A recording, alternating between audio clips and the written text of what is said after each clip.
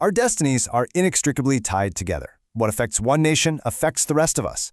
Nelson Mandela said that back in 1995. And honestly, it absolutely nails exactly what we're going to be talking about today. When we pop open a standard geography textbook, it is so easy to just see static lines on a map, right? Just sterile borders separating the green country from the pink one. But Mandela's words remind us that human connection goes way deeper than topography. It completely transforms our understanding of geography from a static map into a living, breathing network of shared destinies.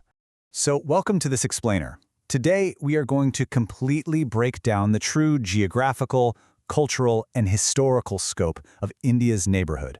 We're going to look way past the basic dictionary definition of a border and see how geography actually drives relationships, trade, and our shared futures. Here is the game plan for today. First, we'll ask, what makes a neighbor? Second, we'll trace India's land-based neighbors. Third, we're navigating the Indian Ocean. Fourth, we'll check out culture beyond borders. And finally, we will explore the concept of regionalism, right before wrapping up with a special study tool just for you. Okay, let's jump right in. Section 1. What makes a neighbor? Redefining borders.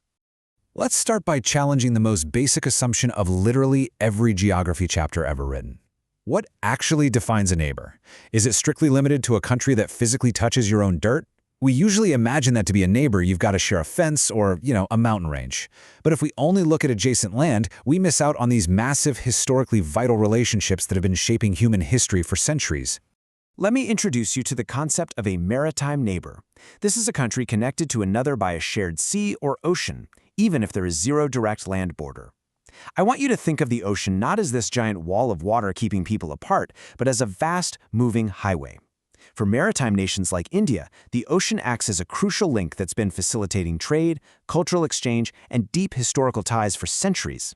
And under this definition, nations like Sri Lanka, the Maldives, Iran, Oman, and Indonesia become immediate and super important parts of the neighborhood. Moving on to Section 2, India's land-based neighbors. The 15,100-kilometer boundary. But hey, before we set sail across the water, we really need to ground ourselves in the traditional land connections first. Tracing the boundary of India, you are following a border that stretches an astounding 15,100 kilometers, and it's definitely not just one boring type of terrain.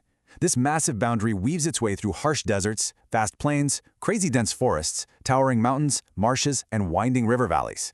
It connects India directly to Pakistan and Afghanistan in the northwest, China's Tibet region, Nepal and Bhutan up in the north, and Bangladesh and Myanmar in the east.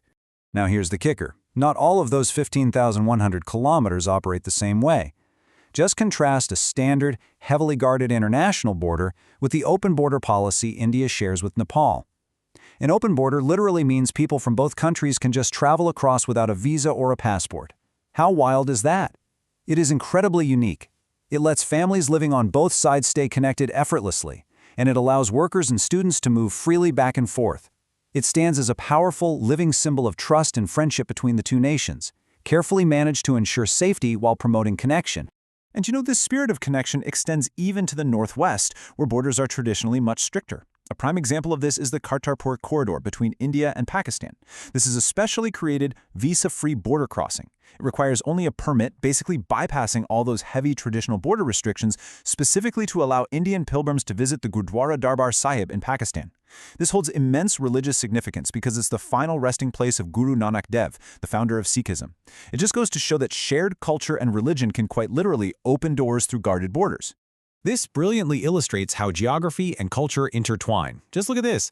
High up on a mountainside, overhanging the Paro Valley in Bhutan, sits the Tiger's Nest, an absolutely stunning Buddhist monastery. Bhutan, known as the Land of the Thunder Dragon, is a small, landlocked Himalayan kingdom. And over centuries, nestled right there between India and China, Bhutan has developed incredibly strong economic and cultural links with India, largely shaped by the shared, majestic Himalayan landscape and the rivers that flow from it down into India, powering agriculture and hydroelectricity. And while we were talking about Bhutan, I have a fascinating little societal fact for you. Bhutan doesn't primarily measure its nation's success by GDP, gross domestic product, like basically the rest of the world. Instead, they actually developed the Gross National Happiness Index. It's a holistic measure that assesses progress by looking at sustainability, good governance, and the promotion of culture. It's a really beautiful reminder that a nation's wealth isn't just about its economy, it's about the well-being of its people and the environment. All right, Section 3, Navigating the Indian Ocean, a maritime nation. Let's shift our perspective entirely now, away from the snowy mountains and river plains, and let's look out into the vast sea. The crucial thing to grasp here is the sheer, unbelievable scale of the Indian Ocean. First off, it's the third largest ocean in the world, and it is incredibly busy. We're talking carrying half of all the world's container ships, a third of the bulk cargo, and 2/3 of the world's oil. But most importantly, it connects nations that are home to roughly 2.7 billion people. When an ocean is this busy and connects that many lives, it's pretty easy to see exactly why maritime neighbors are just as critical as land-based ones. Notice India's distinct peninsular shape jutting out. With a coastline of roughly 11,100 kilometers, that shape extends deep into the Indian Ocean. And this isn't just a geographic quirk. That positioning gives India incredibly strategic access to those vital sea routes. It makes India a central, vital link connecting Southeast Asia, West Asia, and Africa. And this central position is exactly why India plays such a massive role in regional trade and can provide really timely humanitarian aid all across the region. Which brings us to Section 4, Culture Beyond Borders, the ancient superhighway. So it's clearly not all just modern shipping containers and oil routes. These physical land and sea pathways actually laid the groundwork for an incredibly rich exchange of ideas over thousands of years. Let's trace one of the most important historical paths, the historic Uttarapathada route. I want you to think of this as an ancient cultural superhighway. It linked the Ganga Plains all the way to Central Asia via Afghanistan, moving step by step from Gandhara, which is modern-day Kandahar, through major cities like Takshashila, Varanasi, and ending in Pataliputra.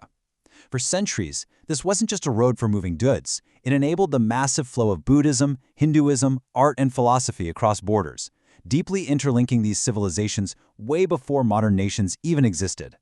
And the amazing thing is, we see the results of that shared ancient heritage everywhere today. Just look at these modern examples of cooperation rooted in the past. India and Bangladesh jointly coordinate the protection of the Sundarban National Park, a vital home to the Bengal tiger, and absolute crucial for climate stability. Over in Indonesia, the massive 8th century Borobudur Stupa features over 500 statues of the Buddha and is built entirely based on a geometric mandala design, a direct cultural link to Indian religious traditions. And reaching right across the Arabian Sea, Oman is India's closest defense partner in the Gulf, holding joint military exercises with all three armed forces to ensure maritime security.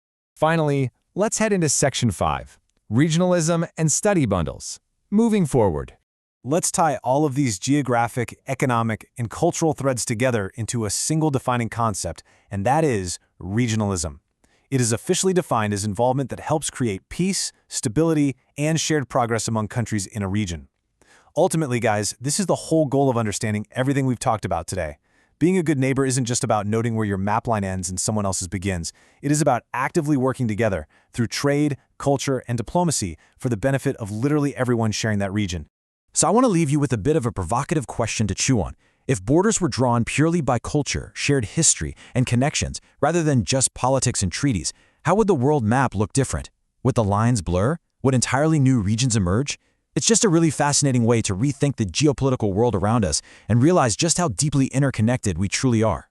And that brings us to the end of our explainer. If you found this breakdown helpful and want to ensure you absolutely master this chapter, and all the others for that matter, we have exactly what you need. You can buy our comprehensive study bundles using the link right down in the description below. They are packed with resources designed to make learning this material efficient, clear, and highly effective. Grab yours today, keep learning, and I'll see you in the next explainer.